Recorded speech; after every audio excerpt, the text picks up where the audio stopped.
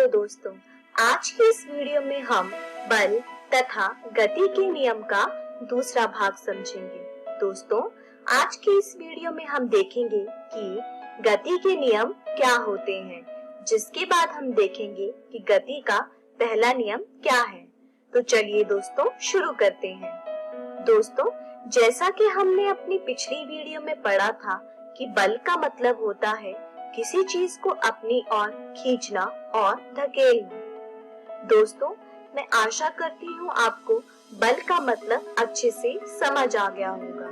चलिए दोस्तों, अब आगे बढ़ते हैं। दोस्तों, गैलीलियो गैलीली नाम के एक वैज्ञानिक थे, जिन्होंने ये बताया था कि जब तक कोई बल किसी गतिशील वस्तुओं पर कार्यरत नहीं होता है, तब तक सभी गतिशील वस्तुएं अपने निरंतर वेग को बनाए रखती हैं। जिसका मतलब ये है कि जब तक किसी भी गतिशील वस्तु पर कोई भी बल का प्रयोग नहीं होता, तब तक वह वस्तु अपने निरंतर वेग को बनाए रखती है।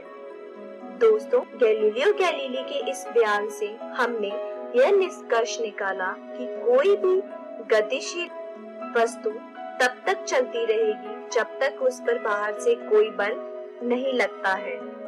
इसको साबित करने के लिए गैलीलियो ने दो इंक्लाइन मतलब झुके हुए प्लेन लिए, जो कि घर्षण रहित सतह पर मौजूद थे। दोस्तों, हम जानते हैं घर्षण रहित का मतलब होता है जिसमें कोई भी घर्षण नहीं होता है। और दोस्तों, हम जानते हैं घर्षण क्या होता है। घर्षण गति का अवरोध करता है।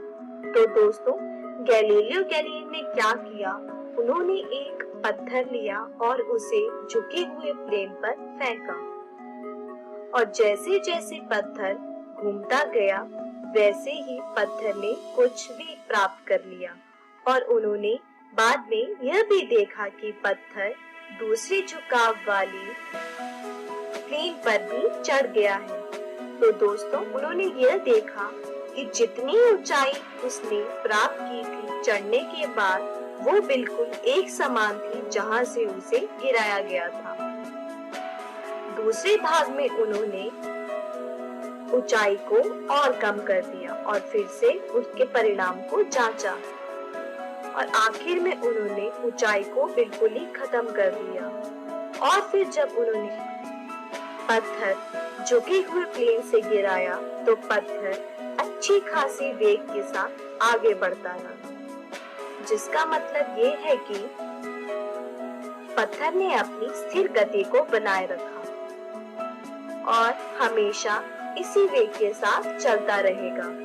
तो दोस्तों, गैलीलियो गैलीली के इस बयान से हमें ये पता चला कि जब तक पत्थर पर कोई भी बाहरी बल प्रयोग नहीं होता है, तब तक वह पत्थर हमेशा ही चलता रहेगा। दोस्तों, जब आप चलते हैं तो आपने ध्यान दिया होगा कि आप पर एक असंतुलित बल कार्य करता है। परंतु दोस्तों, अगर हम यहाँ पे देखें तो हमें पहले ही बता दिया गया था कि पत्थर घर्षण रहित सतह पर चल रहा है। परंतु यह व्यवहारिक जीवन में मुमकिन नहीं होता है, क्योंकि जब भी हम चलते हैं और दौड़ते हैं तो हमारी शरीर पर एक असंतुलित बल लगता है, जो कि घर्षण बल होता है।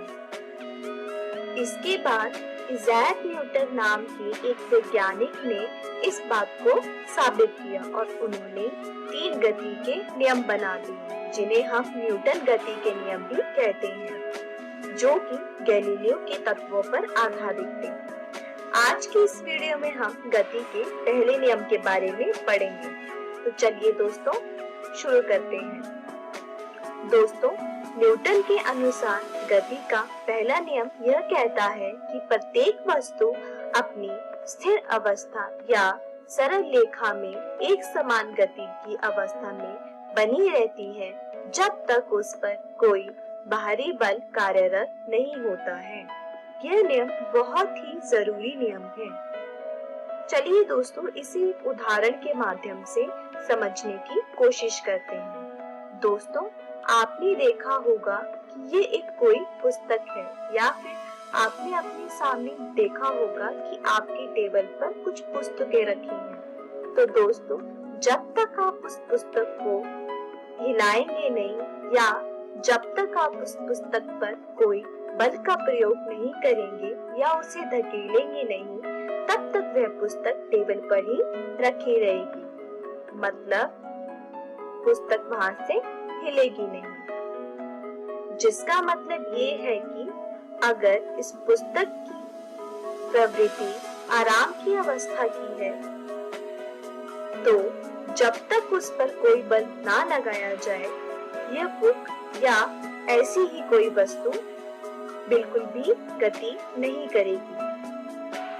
इसी प्रकार से जब आप फुटबॉल खेलते हैं और बॉल को लात मारते हैं, तो बॉल चलता ही रहता है जब तक वह अपने गोल तक पहुंच ना जाए। मतलब यहाँ पर बॉल की प्रवृत्ति क्या है कि वो बॉल निरंतर गति में ही रहे और जब तक वह अपने गोल में पहुंचे तो उसके द्वारा बॉल को बल मिलेगा और उसकी गति वहीं पर ही रुक जाएगी। तो दोस्तों, ये जो प्रवृत्ति है वस्तुओं की आराम की स्थिति या गति की स्थिति में होना, उसे हम जड़त्व कहते हैं। दोस्तों, जब इस शब्द जड़त्व को न्यूटन के पहले नियम के साथ जोड़ा जाता है, तो इसकी वजह से हम न्यूटन के पहले नियम को जड़त्व का नियम भी कहते हैं। तो दोस्तों, आज के इस वीडियो में हमने सीखा कि गति के क्या नियम हैं, जिसके बाद हमने सीखा कि गति का पहला नियम क्या है। दोस्तों, अगली वीडियो में हम सीखेंगे कि गति का दूसरा नियम क्या कहता है, जिसके बाद हम देखेंगे कि गति का तीसरा नियम क्या है। दोस्तों, मैं आशा करती हूँ आपको आज का ये वीडियो समझ आया होगा। तब तक आप अपनी पाठ्य पुस्तक से आज के पढ़ाए इन विषयों को दोहराने की कोशिश कीजिएगा। धन्यवाद।